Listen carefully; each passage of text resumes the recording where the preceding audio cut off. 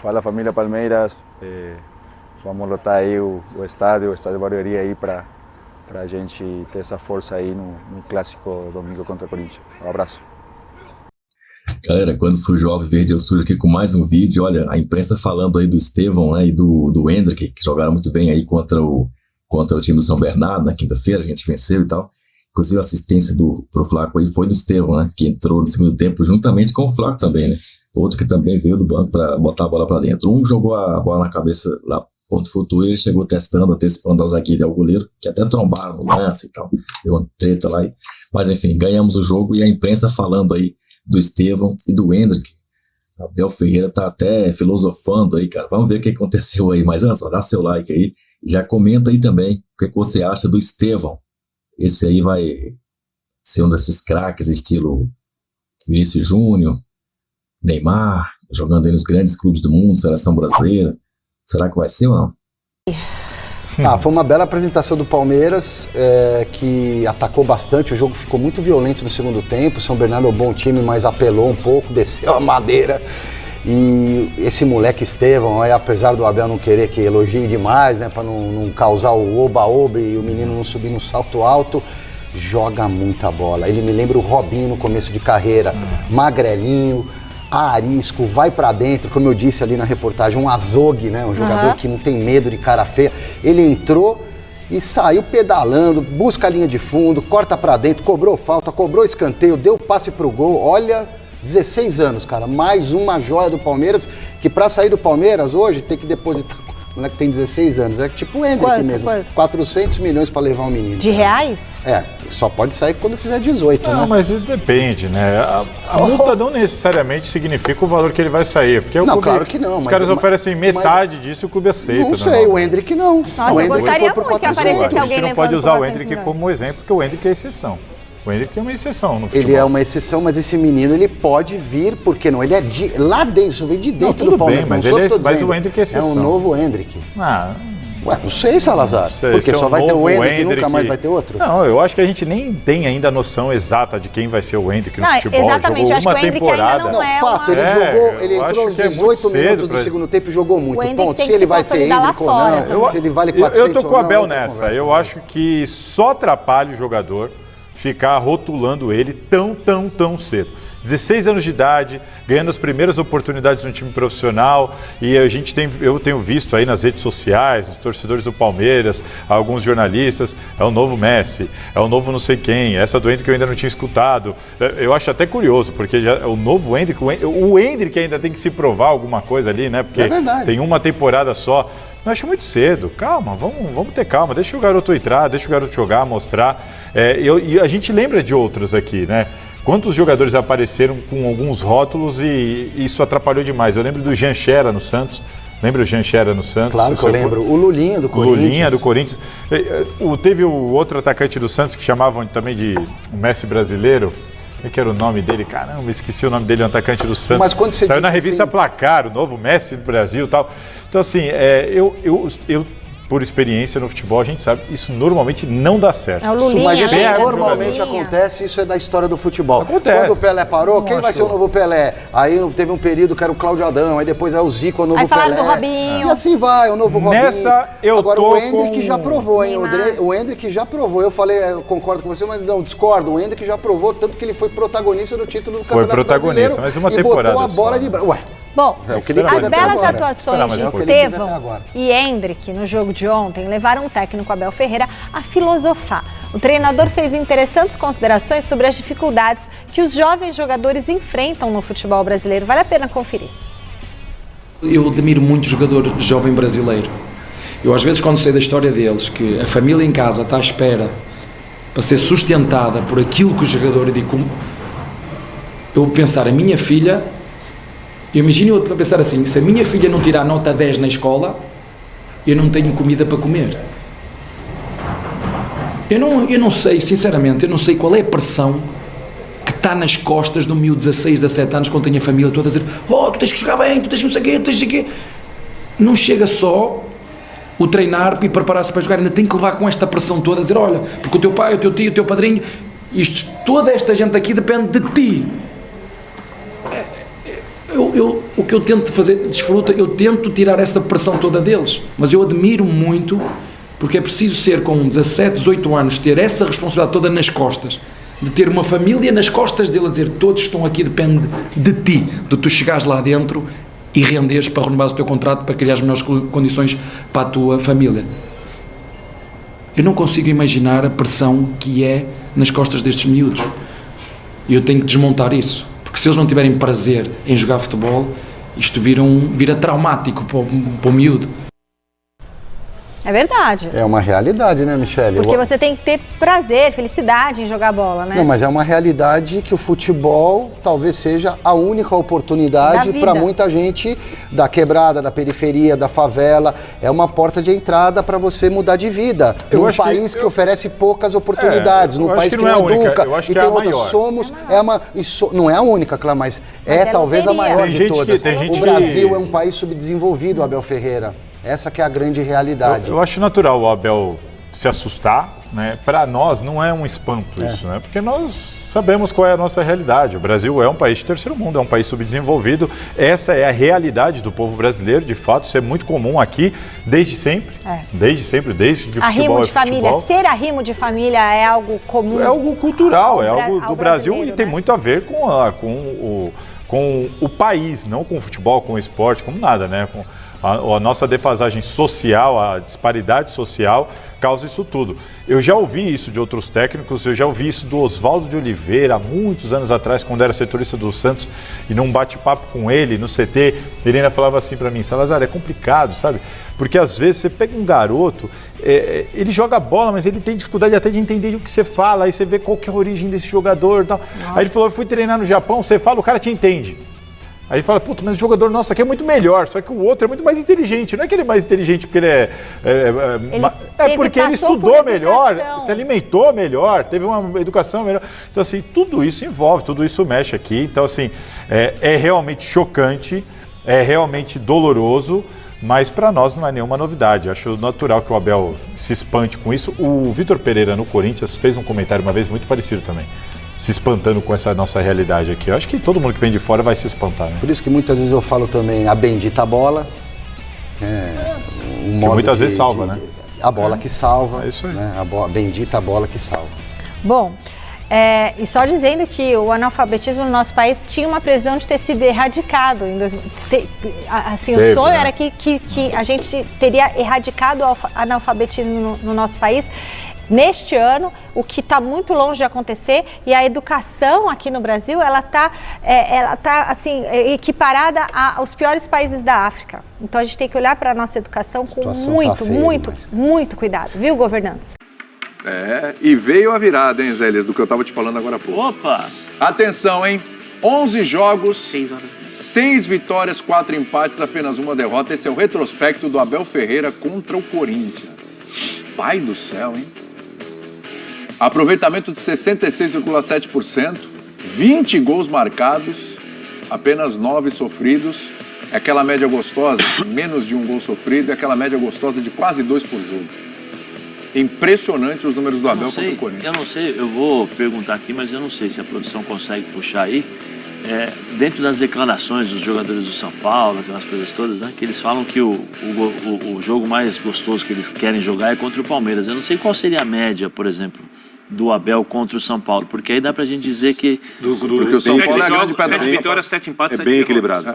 Então, extremamente equilibrado. Na era Abel Ferreira, o único time aqui de São Paulo que bateu de frente foi o São Paulo. Podemos dizer que o problema do Palmeiras do Abel é o São Paulo e não o Corinthians. Sim. Não, o Corinthians. É a pedra no sapato. Sem dúvida nenhuma. Agora, o bom momento do Corinthians, são 2 jogos só, tudo bem. Mas mudou o treinador e as vitórias vieram. Ganhou. É importante ganhar. O que está acontecendo? Tocaram aí? Tocaram aqui. Mensagem? É cobrança? Não, chegou. Não sabe que você trabalha. Chegou um Pix. Pode ser, chegou um Pix. Pix é interessante. Pix. Quero saber se o bom momento do Corinthians pode ajudar o time nesse confronto contra o Palmeiras, hein? Pode. Eu acho que sim. Diminui a diferença esse bom momento? Diminui, acho que diminui. Antes você não tinha nada, agora você tem um caminho, pelo menos, né? Tem caminho já? Eu acho que tem um início. Um ambiente mais leve, isso favorece muito. O Antônio Oliveira é um bom técnico, óbvio que não dá para comparar com um trabalho completamente estabelecido como o do Abel. Ainda muito pouco tempo, né? Chegou outro dia no Corinthians, mas até agora o saldo é positivo. a forma como ele está dando confiança para os atletas, por exemplo, o Yuri Alberto. Né? Pode ser um jogo em que o Yuri Alberto vai ser importante demais tendo campo para correr. Ele já entendeu isso. E o próprio Yuri já falou que ele estava sendo subaproveitado e prejudicado por ter que jogar como 9 de pivô ali, jogando de costas. Não é a característica do atleta. Eu acho que você tem um caminho agora. Não tem uma identidade, um padrão natural, que ele vai precisar de mais tempo para esse time, né, se organizar e ficar mais equilibrado, até porque ele está recebendo reforços. Né? O Corinthians está anunciando jogador hoje. Aliás, o Corinthians vai tentar até às 7 da noite. O Mateuzinho, o Flamengo, inclusive, já anunciou nas redes sociais a rescisão, né? Acabou. Então, o Mateuzinho, que é o Matheus França, vai vir para o Corinthians. Já anunciou, né? Já anunciou, inclusive. E o... Coronado. Não. O Coronado não vai dar tempo. O Coronado é só pro meio de semana. É porque ele tá descarregando as malas aí. Daqui a pouco a gente vai mostrar, inclusive. Pelo amor de Deus. Eu nunca vi um jogador chegar com tanta mala na minha vida. Demorou a vida inteira fora do país. O cara trouxe a vida inteira dele. Você vai ver daqui a pouco, a gente tem imagens. Daqui a pouco da chegada do Coronado. Vamos mostrar. Tava parecendo o Birner quando voltou da França da última vez. Trouxe um presente pra gente, Zé. Um presente.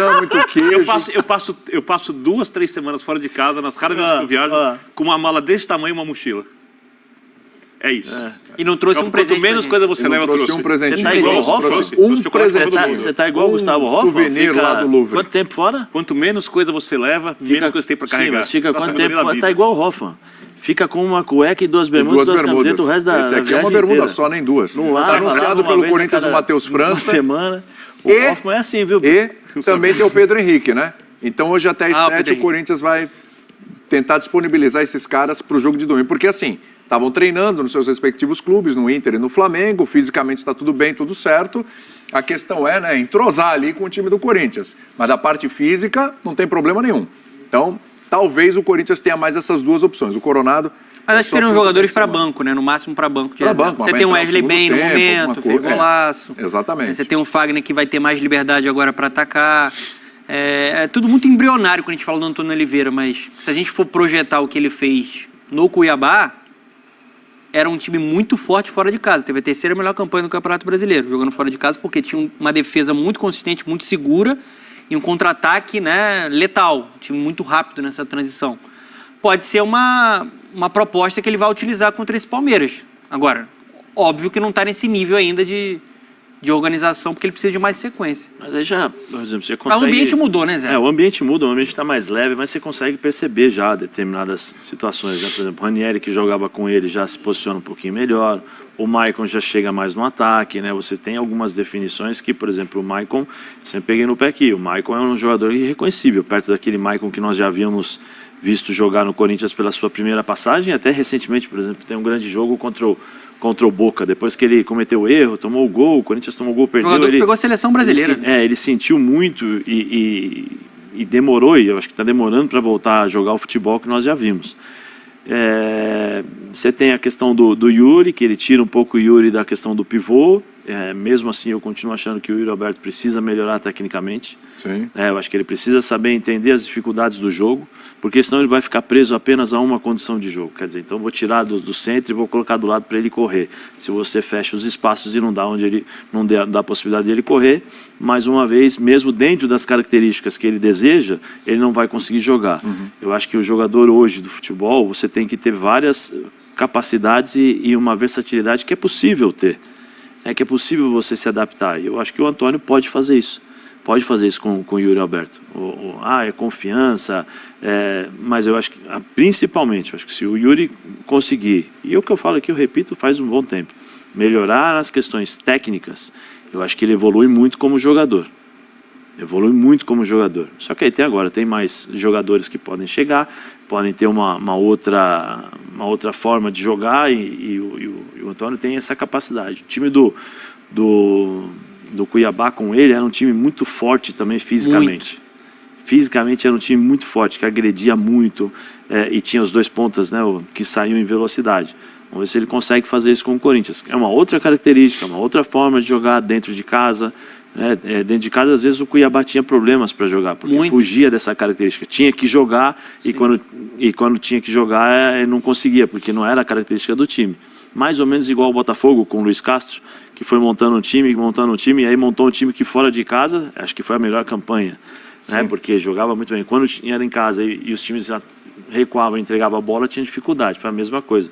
Com o Corinthians, ele vai ter, eu acredito que ele tenha jogadores para fazer com que o time jogue mais futebol.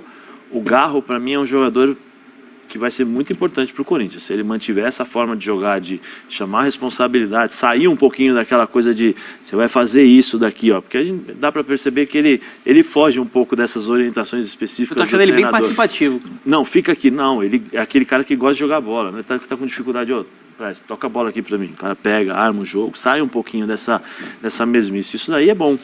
Isso é bom. Pro time. O Antônio, até na época do Atlético Paranaense, ele tinha um estilo de jogo de mais velocidade, assim, né? Tô até curioso para ver como é que vai ser com ele tendo mais material humano disponível no meio-campo. Porque o Corinthians tinha uma grande... No ano passado, o jogo do Corinthians nunca passava pelo meio-campo, né? Era chutão, ligação direta. Quando tinha o Renato, você tinha alguém para pensar um pouco mais o jogo, um cara mais cerebral. Mas era um time que foi um desastre na parte coletiva no ano passado. Esse ano, o Corinthians tinha esse problema da falta de criatividade, só que ele foi no Garro, que é um jogador de muita qualidade, mostrou isso na Argentina e tá largando bem nessa trajetória dele com a camisa do Corinthians. Acho que um cara participativo, qualidade, perna canhota diferente. E o próprio Coronado, que tem essa característica. É um jogador também para pensar o jogo, dá muitas assistências, faz o gol. A única questão do Coronado é não sei como é que vai ser no calendário do futebol brasileiro a parte física, porque ele vem de um futebol que não é competitivo igual aqui. Mas do ponto de vista técnico, ele vai ter jogadores ali para ter um time que também tem essa qualidade para propor jogo, para ter um pouco mais a posse de bola. O Coronado? Eu acho que vai ser ou o Garro ou o Coronado. Então, porque... Eu não acredito... Óbvio, em circunstância do jogo pode acontecer, mas no time ideal eu acho difícil os dois. Porque eu penso exatamente como você, porque eu fico olhando a característica do técnico e os jogadores. É isso. O Corinthians conseguiu montar uma dupla de zaga, se bem protegida, boa. Eu gosto. Eu gosto também. Pelo menos. O Corinthians tem o Ranieri, que é um bom volante. Imagino que o time bem armado, o Maicon, a crescer. Outro bom jogador. Tem um goleiro histórico. Uma lenda, embaixo das traves. Eu acho que o Fagner pode retomar também um nível melhor. Eu tenho alguma dúvida, vamos ver como é que o Pedro vem, Henrique, lado de campo. Lado de campo. Eu tenho um pouco de dúvida a respeito disso, mas eu acho que dá para funcionar. Eu acho que ele vai jogar em várias oportunidades com o Yuri Alberto e o Pedro Raul. Igual ele fazia com o Pita, fechando mais o lado, e o Davidson lá. O time dele costuma jogar muito para um 9. Acho que ele não vai baixar a linha de 5, puxando o Ranieri para perto dos zagueiros ali, fazendo 5, 4, 4. Porque aí entra o Garro, só que aí não dá para jogar com os dois. Apesar que o Yuri recompõe. É porque o time dele não costuma pressionar tão alto, né? Nem tem que pressionar. Pressiona mais no meio campo, né? Nem tem que pressionar. E isso favorece até pro Yuri Alberto, para ele ter mais espaço para correr. Mas dentro de casa ele não vai poder jogar lá atrás. Lá atrás também acho que não. Não, dentro de casa ele vai ter que pressionar, ele vai mais ter que se impor. Eu acho que ele vai ter esse trabalho. Mas como é que joga? Como é que joga contra esse Palmeiras agora? Porque o jogo é fora. Barueri, né? Barueri. Porque é o seguinte, né? O Corinthians, vamos falar real aqui, essa história de rebaixamento do Corinthians do Paulista caiu por terra agora. Agora foi para 9 pontos. Foi para 9 pontos. Você tem o Santo André, que tem 4 pontos, com o mesmo número de jogos do Corinthians. A Portuguesa tem 4 pontos com um jogo a menos. O Ituano tem 5 pontos com o mesmo número de jogos do Corinthians. Aí você tem o Botafogo, que está atrás, né? O Guarani tem 5 pontos com o mesmo número de jogos do Corinthians. Então, assim, na boa, gente, aquele perigo de rebaixamento. Claro, muito melhor que todos esses. O ideal é o Corinthians fazer mais 3 pontinhos, completar 12 aí. Mas esse campeonato já foi. Só que aí o Corinthians, ok, já estou um pouco mais confortável com relação ao rebaixamento, deixa eu olhar para cima. Ontem a Inter de Limeira venceu o Novo Horizontino 3-1. Sim. Então, e ela tem um jogo a menos que o Corinthians. Mais uma vitória da Inter. Então vamos lá para o grupo. Está com 13 e um jogo a menos, é o segundo colocado. O Corinthians está com 9. Está a 4 pontos da Inter, a Inter um jogo a menos. São Paulo pode ajudar o Corinthians numa dessa, porque vai enfrentar a Inter em Brasília. Dá para entrar no clássico pensando no empatezinho, tá bom? Ou o Corinthians pode... Acho que pelas circunstâncias dos times, o empate, obviamente, é muito melhor para o Corinthians. Não é nem por causa da pontuação da tabela. Analisando a tabela, o Corinthians precisava vencer, né? Mas pensando em... Mas você acha que dá para pensar grande, olhar e falar, dá para beliscar a segunda posição aqui, vamos tentar ganhar uma coisa que eu gostaria de saber a opinião de vocês. Pode falar. Ele acha melhor para o Corinthians não classificar. Quem falou? Ele falou isso. Não deu recorte isso não, inclusive, falou no Eu peguei no pé dele, eu brinquei que vou tirar o recorte sai de contexto. Né? Eu acho porque ele acha que o técnico precisa de um tempo para trabalhar, porque o técnico chegou agora, o elenco está sendo montado ao longo, e para o time chegar mais forte nas coisas que interessam, ele acha melhor para o Corinthians não se classificar. Óbvio que o técnico quer se classificar, os jogadores querem se classificar. Se não se classificar, tem um Botafogo foi bom ano passado isso. E eu queria saber o que vocês acham. Ó a tela aí, ó a classificação. Eu não consigo pensar tão racionalmente. O professor Calçade é pura razão. E graças a Deus que eu não consigo também. E graças a Deus que eu não consigo. Tá louco. Imagina tu trabalhar, tu ralar, tu entrar no jogo e entrar, torcer pra perder. Não. Pra não classificar. Vai ter que jogar pra ganhar, pra se classificar. Todo mundo quer se classificar, outro quer se classificar, mas ele acha que pela temporada ser melhor. O impacto de uma eliminação seria melhor do que da classificação pro trabalho do Antônio Oliveira. Não, sabe, assim, tem que se classificar, mas... eu acho que tem que jogar. Não, eu acho que tem que jogar, porque independente do Corinthians, se ele jogar ou não, os times adversários vão evoluir do mesmo jeito. Os times adversários irão continuar jogando. E quando você joga, você evolui também. Né? Um período de treinamento não é a garantia certa que você vai evoluir sempre, até porque você não tem jogos. Como é que você vai medir se o teu treinamento é eficaz? E tu pode também classificar e priorizar o treinamento, fazer um microciclo para priorizar o treino, não necessariamente o jogo, né? Óbvio que de repente tu consegue, mas tem situações em que tu consegue. Tu tem um jogo, tem vezes que tu trabalha só, faz um microciclo específico para aquele jogo. Sim. Que tu chegue da melhor forma possível e esquece o que vai para frente. E tem outros que tu consegue fazer um balanço e falar, não, eu vou trabalhar para esse jogo, óbvio, mas vou fazer o trabalho pensando E você no jogo trabalha. Ninguém concorda com o Calçado. Não, e você no jogo... Eu entendo a ideia, mas depois eu falo. E você no jogo... Eu entendo a ideia também. Eu entendo. Ô, professor Calçado, beijo no coração, Calçado. Mas no jogo você trabalha também, William. Você trabalha, você tem que trabalhar, você tem que evoluir, você dá ritmo para o jogador, você dá confiança para o jogador. Nós estamos falando aqui sobre possível evolução, por exemplo, do Yuri Alberto, a inserção aí desses jogadores que estão chegando. Como é que você vai fazer a inserção desses jogadores? Só no treino? E outra, tem uma coisa, fala para os caras assim, ó, joga, mas seria bom se a gente não classificasse. Fala isso lá no vestiário. Não, mas ninguém falou para falar isso. Não estou dizendo do Calçado. Se acontecesse, seria melhor. Se acontecer, mas eu estou dizendo. Como é que você vai trabalhar isso aí? Ainda tem a questão da Copa do Brasil, né? Não, isso tá fora da Copa do Brasil? Essa é uma questão. Financeiramente, é uma questão muito importante esportivamente. E financeiramente, não só o Campeonato Paulista também dá um dinheiro danado. O Corinthians está nadando em rios de dinheiro. Não, o Corinthians tem que vai na Copa do Brasil. Não, e outra coisa, o Corinthians vai e ganha do Palmeiras. Ó, que moral, olha aqui. Acabou a crise. Né? Não, eu entendi. A crise já está muito pequenininha depois da última semana. Ficar um tempo trabalhando com uma eliminação... E mesmo semana assim, perfeita, né? E mesmo assim não cair na primeira fase do Paulista. E aí depois tu ir treinar. E mesmo assim não é garantia de que esse período de treinamento vai te proporcionar sucesso, porque dependendo do que acontecer, se você tiver em 5 jogos, você tem 2 vitórias e 2 derrotas e um empate, você já começa a ser questionado. Posso te dar um exemplo? O futebol brasileiro é assim. Eu ouvi essa conversa o ano passado. Porque... O Santos caiu na primeira fase do Paulista. Percebi pelo gestual, já sei que vem desabafa. De novo. O Santos caiu de novo na primeira fase do Paulista. O William tem 3 anos para dar essa experiência. Ele até expirou isso. E foi bom. Cai na primeira fase do Paulista. Mas cai na primeira fase do Paulista. Cai. O Santos fez isso 3 anos. O ano passado, inclusive, teve esse discurso. Olha, no final das contas, escutei gente falar isso, no final das contas, talvez seja até melhor o Santos cair na primeira fase, porque, olha, tá chegando fulano, cicrano, aí vai dar um ajuste aqui. O Santos ficou quase 40 dias sem jogar, se eu não me engano. No meio teve um jogo ainda pela Copa do Brasil, uns 30, 40 dias sem jogar, quase, o Santos. Ele foi pro Campeonato Brasileiro. O que aconteceu? Rebaixado. Não é garantia de nada. Aquele time do Santos treinou 30, 40 dias e fez um jogo pavoroso pela Sul-Americana, com o Blumen ganhou de 1-0, o gol do Bauer, mano. Um jogo pavoroso. Um dos piores jogos que eu vi no ano. Dos piores jogos que eu vi no ano. Aliás, os jogos do Santos pela Sul-Americana estão entre os piores jogos do ano. Os piores. Você foi em um deles? Sim. Você estava em um deles? Você acompanhou o Audax italiano, né? Você reclamou dos meus comentários, inclusive. Enchi a bola, hein? Obrigado. Seja injusto, enchi a bola. Falei, o Birner parecia um santista comentando do Santos. Cara, e depois, no Campeonato Brasileiro, começa a arrancada, ganha ali uns jogos e tal, mas depois declínio total, trocou de técnico várias vezes. Não estou dizendo que o Corinthians vai brigar para não cair no Campeonato Brasileiro, mas uma coisa não está necessariamente ligada à outra. Você não teve tempo para treinar. É a forma como você aproveita o tempo para treinar, exatamente. Como você está organizado, sua filosofia, metodologia, tem uma série de coisas. Se isso não vai bem, não adianta. Você tem tempo para treinar, não adianta nada. O Botafogo usou bem o tempo. Eu acho que a questão é... Usou muito bem o tempo. É um contraponto, né? Claro.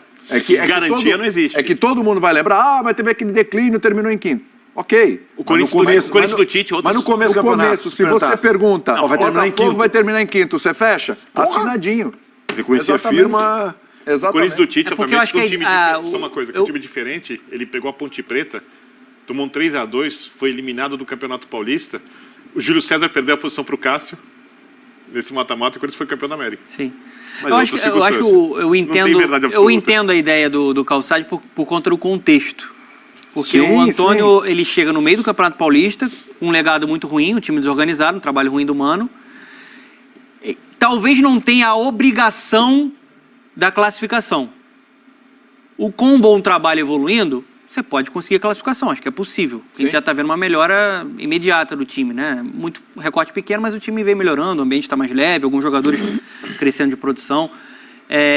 Só que eu acho que o grande objetivo do Corinthians é não ter essa obrigação de título no Paulista, mas ter uma obrigação de ter um time e um conjunto organizado para competir. Ah, sim, sem dúvida. Esse é o primordial. Acho que essa é a ideia do Calçade.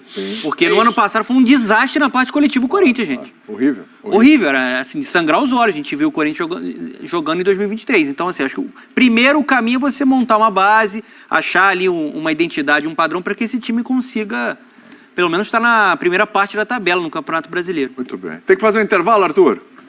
É isso? Arthur ficou satisfeito com o debate mais um pouquinho? Ô, Arthur, eu tenho uma pergunta para fazer. Você que é corintiano. Ele está me cornetando, hein? Aqui, eu quero saber o seguinte, Arthur. Você curte essa ideia? Melhor ficar fora do Paulista e ter mais tempo para treinar? Você gosta dessa ideia? Você acha que tudo bem? Nesse momento, o senhor Arthur corintiano concorda. Caramba. E o Tuca? O Tuca tá aí, Arthur? Esse é um pouco mais desequilibrado. O Tuca discorda. O Tuca tá nervoso comigo. O Tuca é mais...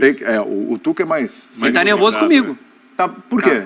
Deixa. Não, fala no ar. O Tuca, não tem segredos do Tuca aqui no ar, pode falar. É melhor a gente ir para o intervalo, né? Daqui a pouco. Não. Eu te dou mais 30 segundos. É melhor a gente seguir. É mesmo? Só vou dar uma dica, sem dizer o quê. Ele deve estar nervoso com a questão de 2011 lá.